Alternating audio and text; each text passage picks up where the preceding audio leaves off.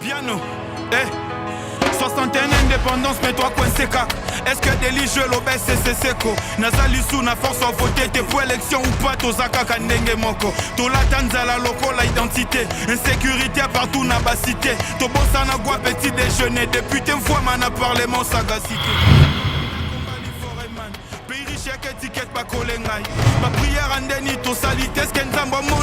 Qu'en est-il de la gratuité de l'enseignement dans les écoles publiques? Il y a ville, il y a Kinshasa. Voilà, si je n'ai pas le Oyo, Bandiko télévision, Topé Sibinombo, TP, bienvenue. Nayabino magazine, Wenze Wenze. Bisona Bino, tous ceux qui sont à l'école et belle ville Kinshasa.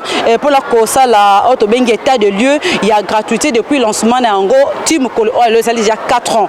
C'est-à-dire qu'on se portait le Lingeni Niango, totalement à l'école et Longo, na directeur Richard Mvundi, Oyazali, responsable numéro 1, il y a l'école Nyos na district, il y a Tsangu, total à d'une école à une autre, tout ça n'a pas enseignant, total à peu Lingeni Niango, Bambali Kotangela Kelasi, surtout par rapport à Matali, gratuité une fois de plus, bienvenue. Piano, 61 indépendance, mais toi coincé cac. Est-ce que délit je l'obèse c'est seco? Nazali sous na force à voter t'es pour élection ou pas Tozaka Kandenge Moko. Tola Tanzala loco la identité. Insécurité partout na bas cité. Tobosa na gua petit déjeuner. Député une fois man a parlement sagacité. Via Congolais combat li foreman. Pays riche y'a étiquette ba kolengai. Ba prière andeni to salite. Est-ce qu'en zamba mon ande kondi metelengani. En politique ata na vision te. Ba promesse à main soit suivi noake. Miami fait comme un mot de via bandeko ya moko. Awana Epe Lobiko na commune, il y a Massina, tout ça, la maman, directrice Epe Lobiko, madame, bonjour. Madame, bonjour maman. Madame Komonani, c'est vous. Komonanga, madame Kiomima de Berthe. Madame Kiomima, vous êtes la responsable numéro 1 de cette école ici. Vous avez combien en termes d'effectifs d'élèves? Nous avons, j'ai quand même 458 élèves. 458 élèves. On a bazali bien, bazali ou bien. En tout cas, nous avons pas makasi, bana baleke belé, nous avons banté, bana bazo vanda na se, yango na senga pas ba konzi ba sunga Epe Lobiko pour la gratuité.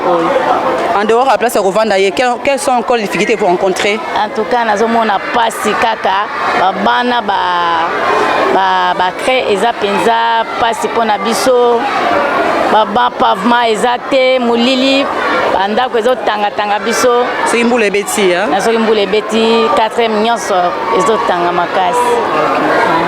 Merci beaucoup madame. En tout cas, Bakondu Balandi, prochainement je crois bien qu'il y aura quand même assistance à la Ponabino. Tokobi Kotambola, Kaka, na cadre, il y a faire un état de lieu, il y a situation, il y a gratuité d'enseignement, surtout à l'école primaire. On continue.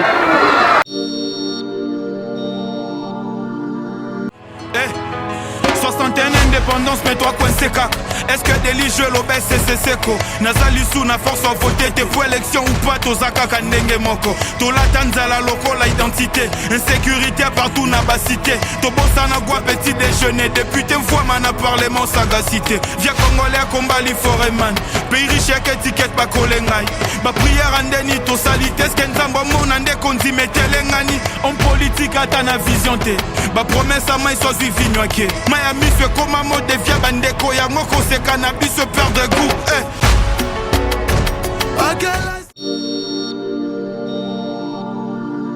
Tokomi Awana Epe Bokonzi, toujours dans la commune de Massina, on a quartier sans fil. Bonjour monsieur. Oui, bonjour madame la journaliste. C'est l'instituteur, votre nom? Le nom c'est Kikoukou Mouké Baudouin. C'est Kikoukou, ici nous sommes dans quelle classe? Nous sommes en 6e année primaire. Hey. Vous avez combien d'élèves ici? Bon, à peu près nous sommes 87 élèves. Hein? 85 élèves. Et tout le monde est là aujourd'hui? Mais il y a des absences quand même, ils ne manquent jamais, ils sont là. Et comment ça se passe, vous seul, encore devant 85 élèves? Vraiment, c'est très difficile, hein? Très difficile, les enfants vraiment, ils dérangent beaucoup. Compte tenu des places, il n'y a pas de banc, l'enfant qui se met mal à l'aise, vraiment, il est toujours très mécontent avec tout ce qui se passe ici. assimilent quand même la matière pendant l'enseignement, malgré le nom. Ils assimilent quand même, très bien, sans problème, pas de problème, ils assimilent quand même. Nous avons appris que depuis qu'on a lancé la gratuité, les instituteurs ne se donnent plus à fond. Hein? Non, est-ce que c'est vrai? Non, c'est notre métier.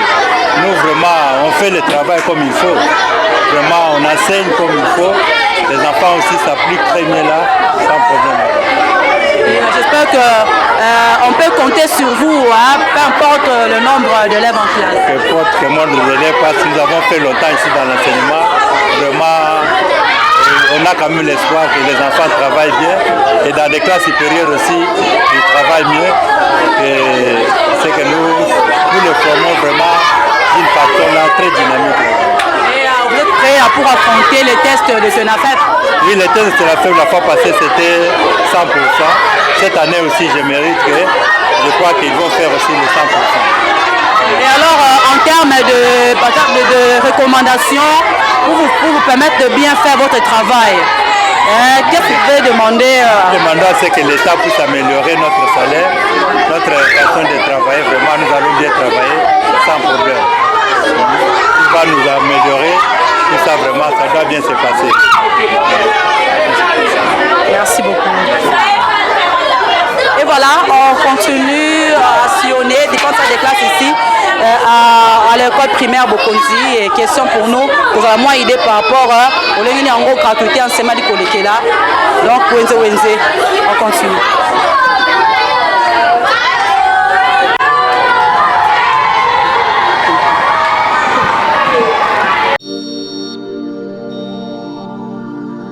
Bonjour les amis. Est-ce que vous allez bien? Ah, voilà, toko biso émission Wenze. Vous êtes toujours à l'école. Madame, bonjour. Bonjour. C'est quelle école? Le EP Bokonzi. EP Bokonzi. Mais les balles tournent pas comme C'est le complexe Baumbo. Ok. Il y a EP 5 Baumbo et EP Bokonzi ainsi que Institut Baumbo.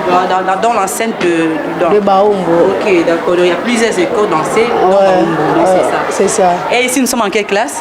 Ça, c'est la deuxième année EP Bokonzi. Ok. Et bon, on vous appelle, s'il vous plaît? Oui, je m'appelle Madame Moubati Massassa Sidoni. Madame Moubati. Ok. Et comment se passe avec les enfants? Ça se passe bien? Oui, ça se passe très bien. Mais ils sont tellement nombreux, hein, les enfants. Oui, on est dans une école de gratuité de l'enseignement. C'est ce que nous soutenons ici. Il n'y a pas moyen de refuser les enfants. C'est pour cela que vous avez trouvé beaucoup d'élèves. Et maintenant, vous seul face à tous ces enfants, parce que ça se passe bien, ils arrivent quand même à assimiler la matière, à mieux s'adapter. Oui, ils vont toujours s'adapter parce qu'on est encore au début. Il y a des enfants qui viennent toujours, du jour au jour, ils s'ajoutent. Donc jusqu'au jour, il y a des enfants qui s'ajoutent. Il y a des enfants qui s'ajoutent toujours. Mais ils étaient où pendant tout ce temps-là? Qu'est-ce qu'ils disent là-bas? Bon, le moyen fait défaut aux parents. Il y a des parents qui se plaignent, ils n'avaient pas d'argent. C'est pour cela ils ont gardé les enfants pendant longtemps à la maison. Donc ils ne savaient pas que l'école était déjà gratuite, hein? Ils n'étaient pas informés de ça? Bon, ce n'est pas à cause de la gratuité, par rapport aux moyens pour la fourniture scolaire, quoi. Sac, cahier, ouais, tout ça. Les catchs, ainsi de suite. Et bon, nous savons que dans les temps passés, vous avez eu à vous plaindre beaucoup les enseignants, surtout dans les écoles publiques, suite à la prise en charge des problèmes liés à votre encouragement mensuel, des primes, tout qu'on sort. Où en sommes-nous? Est-ce que ça évolue quand même? Bon, je peux dire que ça évolue, mais nous attendons toujours parce que depuis qu'on nous avait promis jusque-là, on n'a pas encore réalisé comme il se doit. Ouais. Mais nous attendons toujours. Et vous attendez toujours en enseignant toujours? En enseignant toujours, on est là. Ça ne vous fatigue pas non plus? Hein? Non. Et pourquoi tout le courage que vous avez, tout ce courage ici, on n'a pas encore satisfaction, mais vous êtes à votre poste? Ouais. Vous êtes passionné? Non, nous travaillons parce que ce que nous gagnons, ce n'est pas du tout suffisant. Okay. Mais nous gagnons quand même quelque chose. Alors s'il faut faire en termes de... Il faut faire une demande, un appel aux autorités qui nous regardent maintenant, je ne sais pas, qu'est-ce que vous pouvez leur dire pour vous permettre de bien travailler vous-même? Bon, nous allons toujours remercier nos autorités par rapport à ce qu'ils ont décidé, qu'il faut que l'enseignement de base soit gratuit. Nous soutenons toujours la gratuité, quitte à eux aussi de réaliser ce qu'ils avaient promis aux enseignants. Merci beaucoup, madame. Ok. Allez, bon service. Merci à vous autres. Bonne application, les amis. Merci.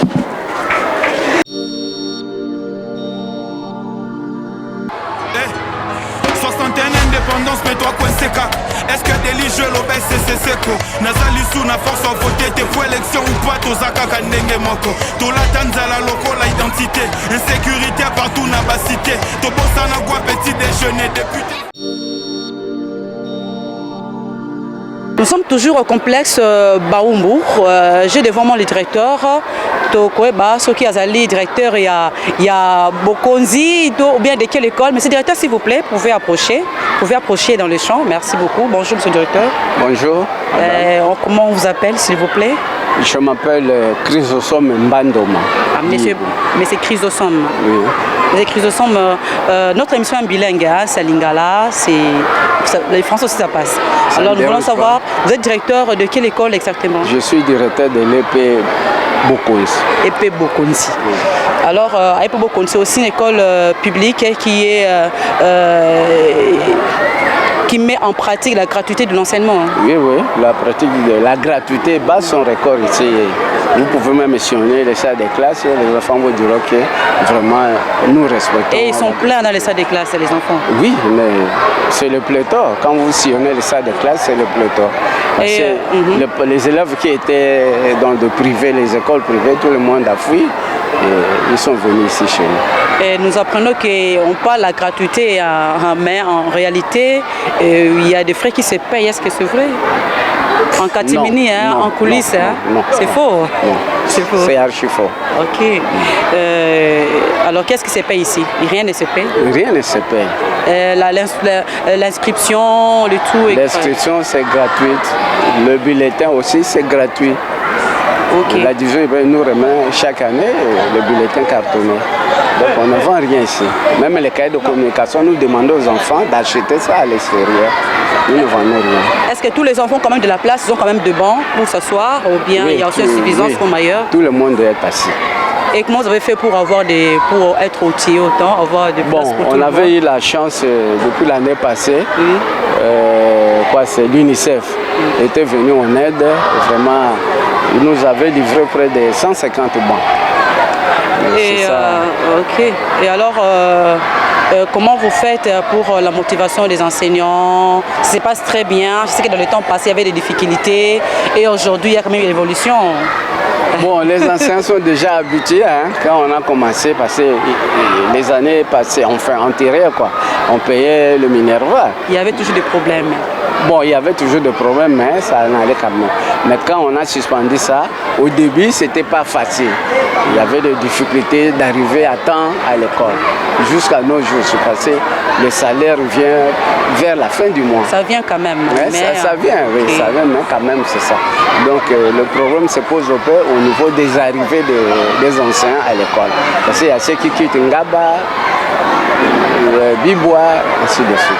Donc si il faut parler des difficultés que vous rencontrez dans la mise en pratique afin de permettre aux autorités de pouvoir améliorer cette année, qu'est-ce qu'il faut faire en termes de recommandations de demande? Je n'ai pas bien suivi la question. J'ai dit ceci, qu'est-ce qu'il peut, en termes de recommandations, nous savons que vous avez des difficultés, au moins qu'il n'y ait pas de difficultés. Ces difficultés, et quelles sont les difficultés que vous rencontrez, et pour que les autorités puissent aussi intervenir. Bon, la première difficulté est celle de nous recommandons à l'hiérarchie de nous ajouter des bâtiments. Parce que quand vous trouvez une classe de 100 élèves, ça fait double classe, 2 salles dans une salle. C'est ça que nous recommandons aux chefs, s'ils peuvent ajouter des bâtiments. Oui, nous ajouter des bâtiments. Mais s'il faut ajouter, il n'y a pas assez d'espace dans votre école? Bon, on peut faire en étage. On peut faire en étage. C'est tout ce que nous pensons. Et au-delà de ça, il n'y a plus d'autres préoccupations? Non, pas du tout. seulement les coulons aussi bon, viennent nous déranger de temps en temps. En plein cours? Pas en plein cours, surtout le samedi, dans les après-midi et le dimanche, toute la journée. Ils font quoi quand ils arrivent ici à l'intérieur? Et quand ils arrivent, ils cassent la portail. On venait de les réparer à peine, là. Ils cassent, et des fois ils cassent aussi les portes pour entrer, sortir les bancs, pour casser les bancs et puis aller les vendre.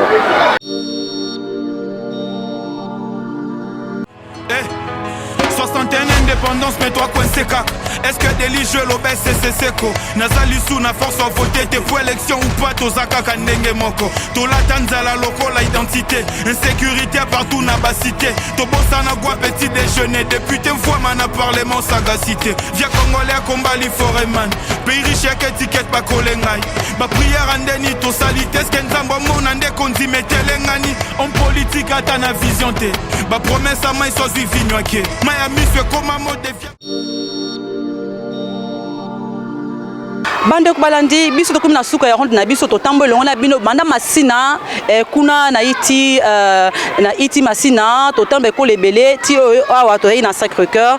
Je pense bien que to sur la sco na provide to ba par rapport à tout to sali et qu'est-ce que lui a constaté et surtout par rapport à la gratuité ni nango oyo ye amoni na ba école oyo ye atamboli. Bonjour monsieur le directeur Jean-Marie. Bonjour madame la journaliste. Monsieur le directeur totambo longo na yo sali ronde ya juridiction na yo oyo zali ko gérer peut to tamboli na habité et loko ningo constaté par rapport na ba école banda la iti ti a to na Sacré-Cœur bana ba école to bengi école publique. Merci madame na ndenge to tamboli yo moko zali témoin ya ndenge oyo réussite ya gratuité ezali ko se manifester na école mingi bako kanisa le fait que bana bazali belé na classe que Baba Izalamuke, que c'est un échec. Non, non, c'est pas un échec, c'est ça réellement l'objectif, il y a la gratuité. Maintenant, nous devons entrer dans l'autre phrase. Il y a au état les qualités par rapport à la gratuité. Est-ce que tu as les possibilités, il y a beaucoup ça, ma cambouana pour bana bazo enseignement ya malam. Mais une étape où il y a gratuité, c'est déjà une réussite que la gratuité est effective dans la République démocratique du Congo. Parce que tout le monde est classe partout où il est au monde que bana bazali et belé peu au solo lina ba directeur ya ba école na ba la question que réellement bana et belé bazongi na école même ba oyo ba kataki koleka mwa bambula mais gratuité ezongi si bango na ba école yango esali que bana bazali belé. C'est vrai. Lelo tokoki koloba lisusu te que gratuité ezali lisusu slogan ezali non non et comme penda vie oyo tozo vivre normalement na République démocratique du Congo que moi na soki abotami baboti bayebi que soki akei ko tanga na ba école ya l'état akofuta mbongo te pe difficulté au moni wana ya bana ebele na kati ya école ou na kati ya ba classe ezali yango nde excellence monsieur le ministre et président de la République bazali ko bunda à travers gouvernement ba école ezali ko tongama tango epesameli biso te sinon tolingaki omona ba école ezo tongama epai na biso na chango na cadre ya projet wana ya ko résoudre problème ya pléthore na kati ya ba classe et que l'année prochaine ou dans 2 ans ebele ba bosana te que gratuité ezali lelo na 4e année na yango mwana ya 4 ans lelo azali na première année maternelle c'est-à-dire à potina nombango na ndenge o ebongite. C'est ce qui fait que moi ba difficulté mususu wana y entouré gratuité ezali pe ba difficulté te mais ezali apport ya gratuité par rapport à la qualité oyo tozali komizela na yango. Alors ceux qui ba classe etongami dans 10 ans dans 5 ans okomona que difficulté wana kozala lisusu te mwana na mwana akofanda na ban pe na ba conditions ebongi pour que sikoyo cap na biso ezala vers la qualité de l'enseignement et non la gratuité parce que gratuité ezali lisusu likambo kolobela na République démocratique du Congo te eza déjà bon moyi oyo mutu nyonso azali ko vivre ba parents ezala na mboka partout dans tous les coins de la République et yebani ke mwana soki akei kelasi akei pona kotanga makambo kotungisa bana ezali lisusu te po bafuta mbongo. Donc si il faut faire une évaluation, donc évaluation est positive par rapport à la gratuité.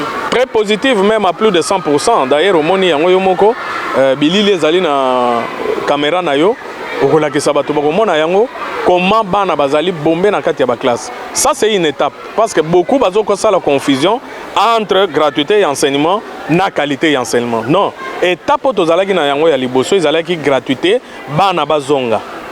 Si vous avez la constat, on ne peut pas tenir compte de la qualité. Bien sûr, mais il y a un zoloba. Ne tape de zokota sikoyo. Na excellence Tony Mwaba. Mandat oyo ezalaki ya gratuité. Mandat oyo ezoya après l'élection. Bako pesa yepe mandat wana po sikoyo tokota na étape penza ya qualité oyo solo solo. Comment faire pour bana oyo bazongi na école, batanga malamu, balanda bakour malamu. Parce que ezali étape mususu wana ya ko atteindre qualité. Mais déjà gratuité tozoko évaluer yonangai au moni yango réellement que ezali effective que mitungi sezali lisusu tena sens que bana batelengana na balabala awa tozali toza 14h mais ozomona bana ebele obaye na école baboyi kutu kozonga totuni balakisi na directrice alobino ba parents basengaki au moins bana lokola espace ezali batikala mwa mingi na école pour que bakotisa environnement ya école na mitu na bango balongola makaniso yebi quartier tozali ezali quartier rouge avec les colonnes tout ça les parents sont contents na organisation ezali ko salema à travers gratuité et enseignement que bana bazali à l'aise na école donc évaluation na biso lelo ezali ya ko kamwa lisusu te.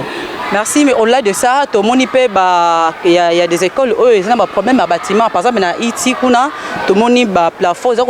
On s'est dit ceux qui ont les bêtis, ceux qui peuvent dengue, bino bakondi, bo sangana ko masona bino, bo prévoir un peu to bengi ba réaménagement à bâtiment parce que ça fait aussi partie des demandes oyo ba instituteur ba sali. Et au-delà de ça aussi, matériel didactique, hein, il faut utiliser des craies et autres disponibles aujourd'hui pour la mettre à leur disposition pour leur permettre aussi la moussala malam. Merci beaucoup na babilo kwana nyonso lobby. C'est vrai tout le monde ba secondaire mususu total pe ba école primaire disposition ezali parce que le gouvernement a fait ça mbongo oui ko permettre na ba école ba fonctionner malam. Parce que l'enseignant bazali na salaire na bango, pe directeur azali na mbongo yo l'état azali ko pesa. Ça dépend ya grandeur ya école. Ezali na ba école na Tchangwawa o bazozo 600 000, ezali na ba école ezozo 400 000, ezali na ba école ezozo 200 000, o ezali soki na ba 6 classes. C'est-à-dire avec 200 000 na suka sanza, directeur azali capable ya recevoir bénéfice que 10 boîtes à créer pour un mois pour toute l'école, à son peu moins eloko mususu de sorte que et permettre. Mais gouvernement, vous comprenez, nous sommes dans quel contexte aussi il y a fonctionnement yambo cannabiso, bitumbezali, problème économique, où ils sont liés dans le monde, mais gouvernement zali ko réfléchir comment au fur et à mesure tokoki ko solution pe na likambwana ya ko prendre en charge réellement na ba école primaire na biso ndenge zali ko fonctionner. Étape ya liboso utu na uti ko yebisa yo, ba école ezali ko tongama. Ba classe ezali ko tongama na kati ya chaque province, par exemple na ville province de Kinshasa, dans chaque province ezali na projet oyo son excellence monsieur le ministre a présenté ki na gouvernement pe bandima ki yango dans chaque province na minito tozali, c'est parce que tant il ko permettre bino te na linga na faire voir bino bâtiment ou ba bâtiment où ezali ko tongama na kati ya province ngai na cadre ko résoudre problème wana ya pléthore ya bana oyo bazongi belé na école de sorte que to éclater bango na ba classe to ko mata na ba classe A B C parce que on ne peut pas refuser les enfants par le problème de salles de classe et le gouvernement azali ko résoudre problème wana muke ndenge na uti koloba et gratuité les lots na 4 ans seulement mais na ndenge oyo ezo kendelela Batobazo Kanesketo sali déjà 10 ans. Pourquoi? Parce que l'acte que le ministre a posé est tellement macasse que ce des actes où il y a 10 ans pour Salema et mon mais en 2 ans seulement à réaliser l'œuvre à réaliser c'est important mais Tobo sanate que gratuité zaka na 4 ans na 4 ans wana ye à gérer qu'à 2 années. Et na 2 années où il y a et Melina ba 2 années où il y a Liboso parce que Liboso pratiquement moi et l'autre malonga et Salema quitté. Alors, dans la gratuité, on ne voit seulement pas dans la classe Batanga bien, monsieur le directeur. Il y a aussi du côté instituteur, encadreur pédagogique par rapport à leur motivation. Il y avait des problèmes liés à leur motivation. C'est qui peut insérer une nouvelle unité pour la base un peu moins salaire. Comme niveau ni par rapport à Makambo et Talibango. C'est vrai, Makambo. Les ventes en famille là, c'est difficile. Là, après, ça dans la classe qui bien sûr. Ouais. Ça, c'est une réalité que gouvernement aussi, ngai nazali ministre té, nazali représentant ministre na province, mais na province au dozali au fur et à mesure, ba nouvelle unité, solution ezali komonana. difficulté tozali nango na émission eutai koleka wa son excellence alobelaki likambo wana. On trouve par exemple 5000 nouvelles unités ya primaire. Il faut to régler problème wana. Pas intégrer bango. 2 mois après on vous dit non, il n'y avait pas que ces 5000 et il y a maintenant d'autres qui sont ajoutés. Bazo bagisa manengenin. Ezali be école privée ou tout ça là-bas privé lobby. Ba école ba conventionné bato bazo créer ba église na bango na ba coordination au lieu ba somba ba bisika ba tonga na ndenge na bango bazo kende ko recruter na kati ya ba école privée o ezala ki lobby privé ya négocier na bango boya epa na ngai bokota na coordination na ngai na kozula bino mbongo na kosala boy. Ce sont ceux-là qui nous créent de temps en temps des problèmes. Au lieu to lobela 100% ou 0 une nouvelle unité, mais on résout le premier problème, un autre se crée parce que une coordination est allée recruter na kati ya ba école privée batu mususu baye bakobima siko lokola ba nouvelle unité parce que ba uti libanda bazokota na système ya gratuité. C'est ça la difficulté tozana ngo et son excellence a instruit ça ki biso na réunion tozala na yango que makambo wana et ça les malisusu te. Aucune coordination n'a tango tozali a koki ko recruter les sous na ba école privée à présenter les sous ba dossier comme ba nouvelle unité total en réalité mais à vrai dire solution ezali kozwama oyoka ki avant l'entrée scolaire awake beaucoup de nouvelles unités pe bazwaki salaire na bango o bazalaki ba nouvelle unité y compris ya ngai pe na chango awa ebele bazui pe. Alors processus ezali na otiko loba wake gratuité ezali mwana ya 4 ans. C'est-à-dire que voilà, ba évaluera mwana soki akokisi ba 18 ans na poto kuto balobaka mwana soki akokisi 18 ans ba parents ba occuper le sous te kende parce que komi mukolo tu peux faire ta vie. Tozela 18 ans soki koki to tuna soki makambo nyonso tozomona lelo et kozala lisusu makambo ba nouvelle unité makambo ya ba pléthore na ba salle de classe parce qu'en 18 ans on est capable ya ko équiper na ba école na matériel didactique ya ko équiper ba enseignant ya ko tonga ba salle ya sika avec la volonté ya ba autorité na biso. En tout cas on sait que dans 7 ans, dans 8 ans, on sera capable de résoudre moi ma problème et puis toi attaquer les vrais problèmes de fond où ils allaient qualité paye enseignement mais si quoi tozo kenena yango ou gratuité à droite peut tozo kenena qualité enseignement pour que gratuité et entamer qualité té tozo kenena ngo en attendant peut tozo luka ba solution muke pour que bana batanga na ndenge bungi. Sinon nous topé merci mingi directeur mais avant to kabana yo tant au tamboli et longo na terrain to mon école moko ba c'est plein de matériel d'insécurité zaki na bango sûrement oyoki. Alors qu'est-ce que vous pouvez leur dire pour na couper sa bango les alliés assurance pour leur sécurité la sécurité il y a ba bâtiment il y a ba bien et puis ba sécurité c'est la sécurité aussi des enfants au batanga école autosi école complexe baumbu bisika kuna na kumina masina. C'est vrai quand tozali na uti koyebisa yo yango ezali masina ezali ba point chaud ya ba otobengaka barakai o ba bandits urbains ba kuluna. C'est tout à fait normal ces plaintes là. D'ailleurs c'est la raison de notre visite au monique tokendeki na iti masina parce que lobby mobulu ezalaki kuna mir moko ya sima kuna ya école wana et bukana c'est une concession ils en a 4 écoles secondaires na 4 écoles primaires. Maintenant bana ya ba voyou o ba utaka na cité ba kuluna ba ya kande ko déranger ba école wana nyos. Alors sans influencer même bana bazotanga wana ba salaki que ba bunda entre bango yango to kendeki to instruire ba chef d'établissement d'abord ba identifier ba auteur to ba bureau au asali des ordres wana ba renvoyer bango. Mais immédiatement là je venais de les convoquer tous lundi sous provède inspoul primaire na secondaire na bango nyonso ba chef d'établissement oyo bazo œuvrer na concession wana baya na bureau na ngai poto réfléchir comment faire pour que mir wana noki bazongisa yango pour empêcher bato bazo talibanda bakota na école na baumbu. C'est la même chose d'ailleurs bomoni la fois passée boyokaki ba audio itamboli ano ba préfet baza ba incompétent parce que dimanche bakuti école bakulu na bakoti préfet oyoki ndenga lobby que bakulu na wana baya kokota de force. D'ailleurs ils ont menacé ce jour-là sentinelle oyala la kawana bayena ba marteau ba buki panneau moko ya portail ndenge ba sudaka wana ba créer passage nde ba kuba voyou wana bakoti na kati basali ba réunion na bango semblerait ndenge bayaka kosala. Ensuite babeti babale na bango et quand on les empêche babimisi ba machette baboma ba sentinelle. Au monique to instruisaki bango la fois passée puis bazongisi ba panneau wana bo ba bukaki ba soudé yango malamu et que au courant ya semaine ba rassurer biso ndenge to réfléchir na bango bazo ba fil balbere ba tia lisusu likolo parce que le col ba kangi porte ba bandi ko matasi ko mir ba sauter ba kota na kati pour ba sala désordre. Ça c'est un phénomène oyo tozo vivre na Kinshasa mais et ko concerner kaka ba préfet.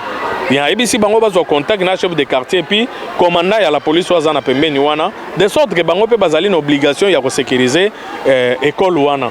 Voilà ma disposition. Donc la raison, il y a visite, il y a des écoles wana, c'était par rapport à toutes ces dénonciations et nous avons accompagné les écoles dans les conseils et les dispositions qu'il faut prendre pour que ba sécuriser ba école wana. Merci Madame Balandi, tu as sur cette émission. Je crois bien comprendre que évolution peut et c'est les mis. Mais avec au flux du temps, il y avait quand même évolution. Il y a une grande amélioration. C'est ma que enseigner pessimo demande à bango qui au salle de classe mais comme mususu ko baksa bon et au-delà de ça aussi ko foot bango na moment oyo esengeli afin que basala musala malamu mingi koleka pe ba parents et continue d'abord la classe de la rentrée scolaire. Faut pas attendre à la fin ou bien na quatrième na la classe ça pose problème mais pour na espace donc faut continuer moi on a déjà avant de là maintenant de le départ école yebi déjà nombre d'élèves bango ba yambi on a prévoir aussi biska bango ba kovanda donc tant que ba na ba qui classe na retard et ça la moi kokoso pour na ko bango espace il y a kovanda là ça pose un problème. Je pense bien que tout a été dans cette émission. Je dis merci beaucoup pour la patience Nabino Kondabiso. Koutani Balasima pour un nouveau numéro jeudi et je vous remercie. Au revoir. Piano, 61 indépendance, mais toi coincé car est-ce que délige l'obès c'est seco Nazali sous na force à voter t'es pour élection ou pas Tozaka Kandenge Moko Tola Tanzala loko la identité insécurité partout na bas cité Tobosa na gua petit déjeuner député une fois man a parlement sagacité Pays riche que ticket pas kolengai ma prière en déni to